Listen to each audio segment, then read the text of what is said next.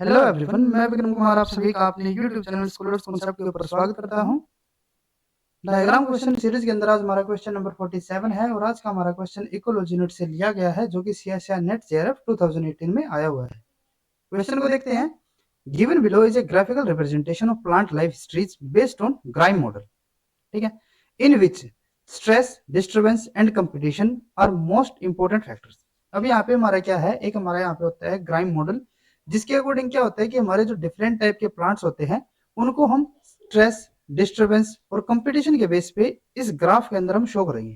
ठीक है, जैसे कि हम यहाँ पे देख सकते हैं, यहाँ पे हमारा क्या है, अगर मैं इस पॉइंट की बात करता हूँ तो हमारे यहाँ पे क्या होगा, जो कंपटीशन है वो हमारे यहाँ पे सबसे हाईएस्ट होगा। जैसे अगर हमारे यहाँ पे कोई प्लांट होता है तो यहाँ पे क्या होगा कि जो हमारा कंपटीशन होगा वो हमारा सबसे हाईएस्ट होगा। जो हमारा स्ट्रेस होगा वो यहाँ पे आप क्या मिलेगा, कम मिलेगा। सिमिलर अगर हम यहाँ पे इस पॉइंट की बात करें तो हमारा यहाँ पे क्या होगा, जो स्ट्रेस होगा वो हमारा हाईएस्ट होगा, लेकिन जो डिस्टर्बेंस होगी यहाँ पे वो हमारी कैसी होगी, कम होगी। और अगर मैं यहाँ पे पर्टिकुलर इस प्लांट की बात करूँ, जैसे कि हमारे यहाँ पे क्या है, ए है, तो अगर हम ए प्लांट की यहाँ पे बात करते हैं तो ए प्लांट में हमारे यहाँ पे क्या होगा, जो डिस्टर्बेंस होगी वो हमारी हाईएस्ट होगी, लेकिन जो कंपटीशन होगा वो हमारे यहाँ पे क्या होगा, कम रहेगा। ठीक है, तो इस टाइप से हमने यहाँ पे क्या किया हुआ है, हमारा जो ग्राइम मॉडल होता है उसके अंदर हमने अलग अलग प्लांट को कंपटीशन, स्ट्रेस और डिस्टर्बेंस के बेस पे उनको अलग अलग यहाँ पे डिवाइड कर रखा है। Which of the following option correctly represent A, B and C respectively in the figure above?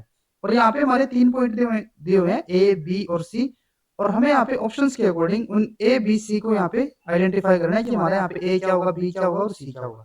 तो अगर हम यहाँ पे ग्राइम मॉडल की बात करते हैं, जैसे कि हमारे यहाँ पे ग्राइम मॉडल हो गया, तो यहाँ पे एक हमारा फैक्टर क्या है, कंपटीशन हो गया, जैसे कि यहाँ पे भी हमारा कंपटीशन है, उसके बाद स्ट्रेस, और एक हमारे यहाँ पे क्या होता है, डिस्टर्बेंस।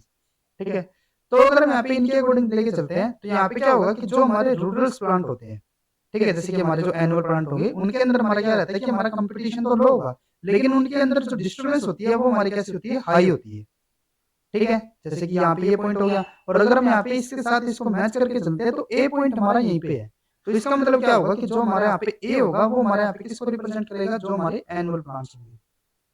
ठीक है, एनुअल प्लांट्स, ये तो हमें यहाँ पे आइडेंटिफाई हो गया। देन उसके बाद जैसे कि हमारे यहाँ पे जो बिल्कुल ये इस वाला जो रीजन था ना, अगर इससे थोड़ा सा हमारे यहाँ पे बाहर निकल जाता है तो वो हमारे कौन से होते हैं, यहाँ पे बाइनियल प्लांट। अगर हम यहाँ पे बीच में लेके चलते हैं, ठीक है, जो हमारा ये वाला जो रीजन होगा, ये वाला रीजन हमारा क्या होगा, जिसके अंदर हमारे जो तीनों के तीनों जो फैक्टर है ना वो हमारे कैसे होंगे, इंटरमीडिएट होंगे। ना ही तो हमारे यहाँ पे डिस्टर्बेंस, कंपटीशन या फिर स्ट्रेस ज्यादा होगा, ना ही हमारा कम होगा, तो ये तीनों चीजें हमारी मीडियम रहेगी। तो ये हमारे कौन से होंगे, पेरेनियल प्लांट। और अगर हम यहाँ पे इसके साथ इसको कंपेयर करके चलते हैं, जैसे कि हमारे क्वेश्चन के अंदर हमें पूछा गया है, तो बी हमारा इसी रीजन के अंदर हमारा आ रहा है। ठीक है, जैसे कि ये हमारा यहाँ पे रीजन था तो इसके अंदर हमारा बी आएगा, तो इसका मतलब क्या होगा कि जो हमारा बी होगा यहाँ पे वो हमारा कौन सा होता है, पेरेनियल प्लांट। ठीक है, ये हमारा क्या हो जाएगा, पेरेनियल प्लांट होगा। दो चीजें हमारे यहाँ पे आइडेंटिफाई हो चुकी है। देन उसके बाद अगर हम यहाँ पे, जब हमारा यहाँ पे स्ट्रेस जो है वो हमारा सबसे हाईएस्ट हो, ठीक है, और जो हमारा डिस्टर्बेंस है वो कम हो, तो वहां पे हमारे जो प्लांट मिलेंगे हमें वे हमारे कौन से होंगे, स्ट्रेस टॉलरेंस प्लांट। जैसे कि हमारे जो मैंग्रोव हो गए या फिर लाइकन्स होंगे वे हमारे इसी के अंदर आएंगे। ठीक है, अब अगर हम यहाँ पे स्ट्रेस को मीडियम लेके चलते हैं, ठीक है, स्ट्रेस हमारा ज्यादा नहीं है यहाँ पे, तो उस टाइम पे हमारे जो प्लांट होंगे या फिर श्रब्स होंगे, यहाँ पे हमारा जो कंपटीशन होगा वो भी हमारा मीडियम होगा। ठीक है, और जो डिस्टर्बेंस होगी वो भी हमारे यहाँ पे कमी रहेगी। तो उस टाइम पे जो हमारे प्लांट हमें मिलते हैं वे हमारे कौन से होंगे, ट्रीज और श्रब्स।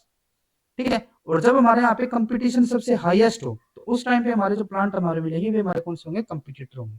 ठीक है, तो अगर हम यहाँ पे ट्रीज की बात करें तो ये वाला जो हमारा पॉइंट है यही हमारा इस क्वेश्चन के अंदर हमें दिया गया है, जो सी पॉइंट है हमारा, इसमें हमारा स्ट्रेस जो है मीडियम है, बाकी चीजें हमारी यहाँ पे कम ही रहेगी। ठीक है, जैसे कि डिस्टर्बेंस हमारे यहाँ पे कम होगा और जो कंपटीशन है वो भी हमारे यहाँ पे मीडियम रहेगा। तो उस टाइम पे हमारे जो प्लांट आते हैं वे हमारे कौन से होते हैं, यहाँ पे ट्रीज। या इसका मतलब क्या होगा, जो हमारा सी पॉइंट है वो हमारे यहाँ पे किसके लिए होगा, जो हमारे ट्रीज हो गए या फिर जो श्रब होंगे। ठीक है, तो हमारे पास यहाँ पे तीनों पॉइंट आ चुके हैं। तो अगर हम यहाँ पे इनको कंपेयर करके चलते हैं तो ए हमारा यहाँ पे क्या होना चाहिए था, एनुअल, तो ये हमारा पेरेनियल दिया हुआ है, इनकरेक्ट।